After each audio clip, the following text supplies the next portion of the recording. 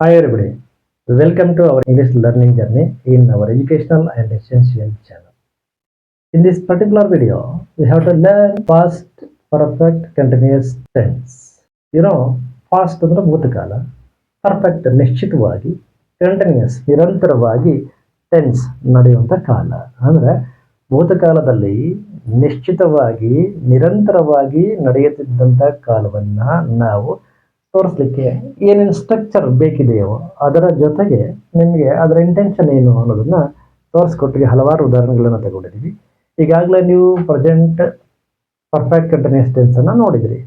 ಅದಕ್ಕೂ ಇದಕ್ಕೆ ಏನು ಡಿಫ್ರೆನ್ಸ್ ಅಂದ್ರೆ ಅಲ್ಲಿ ಹ್ಯಾವ್ ಮತ್ತು ಹ್ಯಾಸ್ ಅನ್ನ ಆಕ್ಸಿಲರಿ ವರ್ಬಾಗಿ ತಗೋತೀವಿ. ಇದು ಅದಕ್ಕೋಸ್ಕರ ತುಂಬ ಈಸಿ. ಇಲ್ಲಿ ಎಲ್ಲ ಕಡೆ ಹ್ಯಾಡ್ ಅನ್ನ ಬಳಸ್ತೀವಿ, ಹ್ಯಾವ್ ಮತ್ತು ಹ್ಯಾಸ್ ಬದಲಿಗೆ. ಹಾಗಾಗಿ nothing to remind a special thing. ಹಾಗಾಗಿ ತುಂಬ ಈಸಿ ಆಗಿದೆ. ಇನ್ನೊಂದು ಸರಿ ಸ್ಟ್ರಕ್ಚರ್ನ ಹೇಳ್ತಾ ಹೋಗ್ತೀವಿ ನೋಡಿ. ಸ್ಟ್ರಕ್ಚರಲ್ಲಿ ಸಬ್ಜೆಕ್ಟ್ ಬರುತ್ತೆ. ಸಬ್ಜೆಕ್ಟ್ ಅಂದರೆ ಅಲ್ಲಿ ಯಾವುದಾದ್ರೂ ನೇಮಿಂಗ್ ವರ್ಡ್ ಅಥವಾ ಪ್ರಾಪರ್ ನೌನ್ ಇಲ್ಲ ಅಂದರೆ ಪ್ರೊನೌನ್ ಹಾಕೋತೀವಿ. ಇಲ್ಲಿ ಕೊಟ್ಟಿದ್ದೀವಲ್ಲ ಐ, ವಿ, ಯು, ದೇ ಅಂತಿದೆಯಲ್ಲ, ಇವನ್ನೇ ನಾವು ಸಬ್ಜೆಕ್ಟ್ ಅಂತ ಕರೆಯೋದು. ಅದು ಏನಪ್ಪ ಅಂದ್ರೆ ಯಾವುದೇ ಪರ್ಟಿಕ್ಯುಲರ್ ಪರ್ಸನ್ ನೇಮ್ ಗೊತ್ತಿಲ್ಲ ಅನ್ನೋ ಸಂದರ್ಭದಲ್ಲಿ ಈ ಪ್ರೊನೌನ್ಸನ್ನು ಬಳಸ್ತೀವಿ. ಅಂದರೆ ಪ್ರೊನೌನ್ಸ್ ಬಗ್ಗೆ ನಿಮಗೆ ಡೆಫಿನೇಷನ್ ಗೊತ್ತಿದೆ ಅನ್ಕೊಂಡಿದ್ದೀನಿ. ಪ್ರೊನೌನ್ಸ್ ಏನಂದ್ರೆ they are used instead of the nouns. Plus had, present ಅಲ್ಲಿ ಏನ್ ಮಾಡಿದ್ವಿ, ಹ್ಯಾವ್ ಮತ್ತೆ ಹ್ಯಾಸ್ ಬಳಸ್ಕೊಟ್ಟಿದ್ವಿ. ಇಲ್ಲಿ ಅವೆರಡರ ಬದಲಿಗೆ ಪಾಸ್ಟ್ ಆದ್ರಿಂದ ಕಾಮನ್ ಆಗಿ ಹ್ಯಾಡ್ ಪ್ಲಸ್ ಬೀನ್. ಯಾಕಂದ್ರೆ ಬೀನ್ ಏನಕ್ಕೆ ಅಂದ್ರೆ ಇಲ್ಲಿ ಕಂಟಿನ್ಯೂಸ್ ಇದೆಯಲ್ಲ, ಕಂಟಿನ್ಯೂಸ್ ಟೆನ್ಸ್ ಆದ್ರಿಂದ. ಹಾಗೆ verb in I N G form. I N G form ಮಾಡ್ಕೊಳ್ಳೋದು ಯಾವುದಕ್ಕೆ ನಿಮ್ಗೆ ಗೊತ್ತಿದೆಯಲ್ಲ, ಯಾವ್ದು ಬೇಸ್ ಫಾರ್ಮ್ ಏನಿದೆ ಅದಕ್ಕೆ ಐ ಎನ್ ಜಿ ಫಾರ್ಮ್ ಮಾಡ್ಕೊಳ್ತೀವಿ.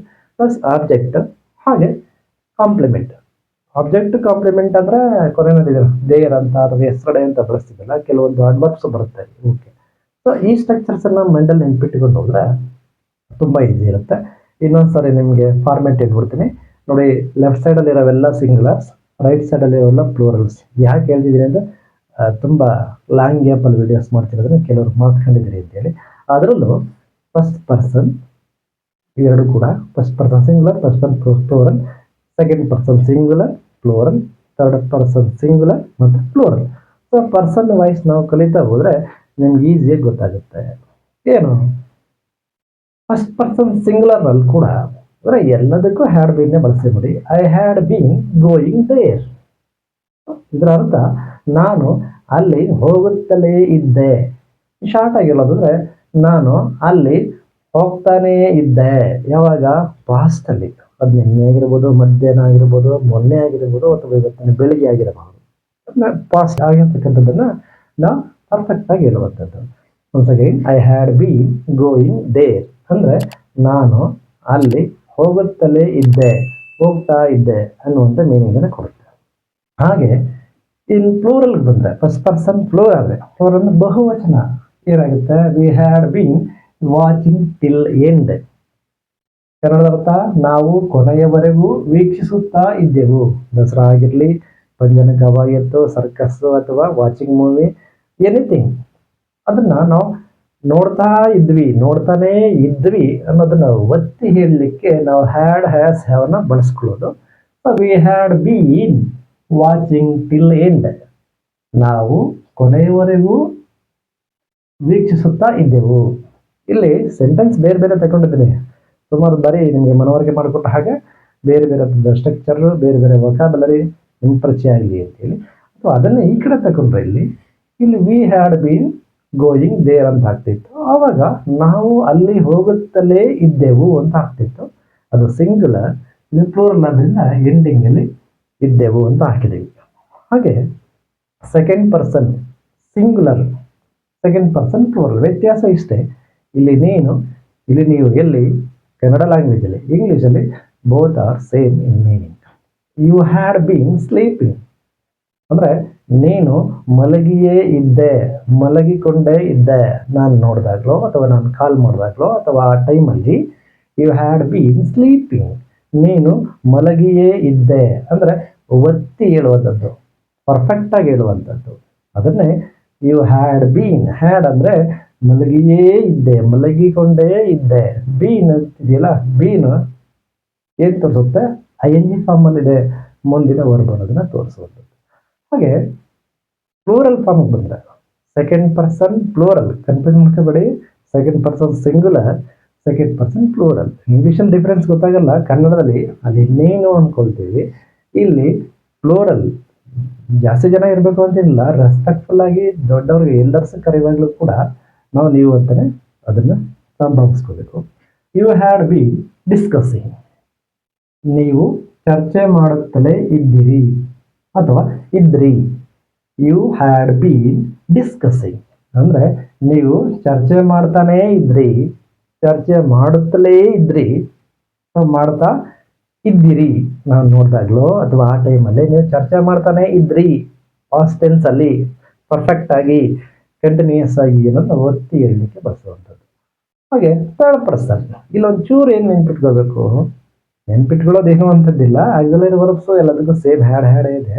ಬಟ್ ಇಲ್ಲಿ ಈ ಶಿ ಇಟ್ ಇದೆಯಲ್ವಾ, ಇವುಗಳಿಗೆ ಕನ್ನಡದಲ್ಲಿ ಮಾತ್ರ ಪ್ರತ್ಯಯಗಳ ಕೊನೆಯಲ್ಲಿ ಬದಲಾವಣೆ ಆಗ್ತದೆ ಹೊರತು ಇಲ್ಲಿ ಇನ್ನೇನು ಬದಲಾವಣೆ ಆಗೋಲ್ಲ. ನೋಡಿ, he had been cooking yesterday ಅಂದರೆ ಅವನು ಅಥವಾ ಇವನು ನಿನ್ನೆ ಅಡುಗೆ ಮಾಡುತ್ತಾ ಇದ್ದನು. ನಿನ್ನೆ ಅಂತ ಯಾಕೆ ಬರ್ದಿಲ್ಲ ಅಂದರೆ ಕೆಲವರು ನಿನ್ನೆ ಏನಾದರೆ ಶಾರ್ಟ್ ಫಾರ್ಮ್ ನಿನ್ನೆ ಅಂದ್ಬಿಡ್ತಾರಲ್ಲ, ಅದಕ್ಕೆ ನಿನ್ನೆ ಮೀನಿಂಗ್ ಕೊಡ್ತದೆ ಎಸ್ಟರ್ಡೇ ಇರಲಿಕ್ಕೆ.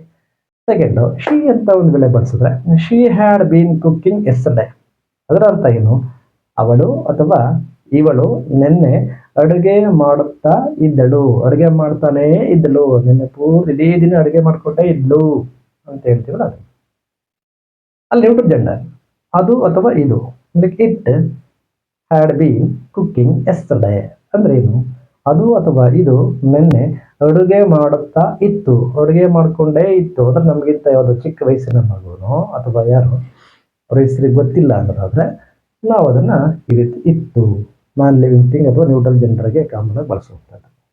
ಈ ಸೈಡಿಗೆ ಬಂದರೆ ಪ್ಲೂರಲ್ ಫಾರ್ಮ್ ಬಂದರೆ ಥರ್ಡ್ ಪರ್ಸನಲ್ಲಿ ಹಿ ಶಿ ಇಟ್ ಬದಲಿಗೆ ಪ್ಲೂರಲ್ ಫಾರ್ಮ್ ಏನಾಗುತ್ತೆ? ದೇ ಅಂತ ಆಗುತ್ತೆ. ದೇ ಅಂದರೆ ಏನು? ಅವರು ಅಥವಾ ಇವರು. They had been preparing something ಅಂದರೆ ಅವರು ಅಥವಾ ಇವರು ಏನನ್ನೋ ಸಿದ್ಧಪಡಿಸುತ್ತಾ ಇದ್ದರು. ಸಮಥಿಂಗ್ ಅನ್ನೋದರ ಅರ್ಥ ಏನನ್ನೋ, ಪ್ರಿಪೇರಿಂಗ್ ಅಂದರೆ ಇಲ್ಲಿ ತಯಾರಿಸ್ತಾ ಇದ್ರು, ತಯಾರಿಕೆ ಮಾಡ್ತಾನೋ ಅಥವಾ ಸಿದ್ಧಪಡಿಸ್ತಾನೋ ಇದ್ರು ಅನ್ನೋದನ್ನ they had been preparing something. ಅವರು ಅಥವಾ ಇವರು ಏನನ್ನು ಸಿದ್ಧಪಡಿಸ್ತಾ ಇದ್ರು. ಯಾವಾಗ? ಪಾಸ್ಟಲ್ಲಿ ಪರ್ಫೆಕ್ಟ್ ಆಗಿ ಕಂಟಿನ್ಯೂಸ್ ಆಗಿ ಅಂತ ಹೇಳಲಿಕ್ಕೆ ಇಷ್ಟು ಸೆಂಟೆನ್ಸ್ಗಳು ನಮಗೆ ಎಕ್ಸಾಂಪಲ್ ಆಗಿ ಹೆಚ್ಚಿನ ಮನವರಿಕೆಗೆ ಅವಕಾಶವನ್ನು ಮಾಡಿಕೊಟ್ಟಿದೆ.